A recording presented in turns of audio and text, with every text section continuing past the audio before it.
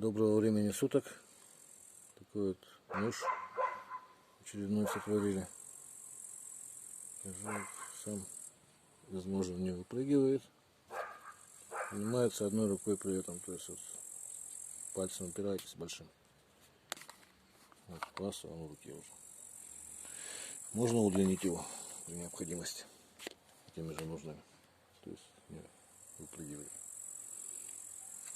Там вот упор четкий получается.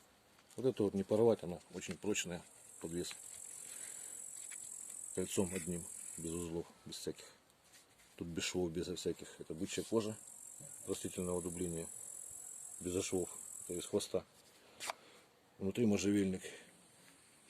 Клинок всегда приятно пахнет. Свежей морковки запах такой имеет все время.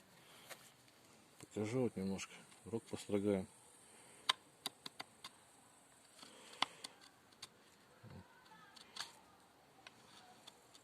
Рог сухой уже, пересохший такой, вот на жаре стоял. То есть не то, что мокрый рог, он, конечно, больше стружки отрезает. По дереву постреляем, то есть тут рог вам показывал уже. То есть, вот такие вот щепки примерно. И можно регулировать глубину стреляния, то есть вот прям вот, чтобы вообще вот заворачивались прям. Видно, да, как рубанком примерно вот можно. Так, и вот немножко покажу, как режет.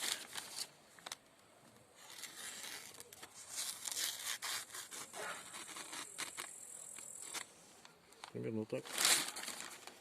В общем, всего доброго. До свидания.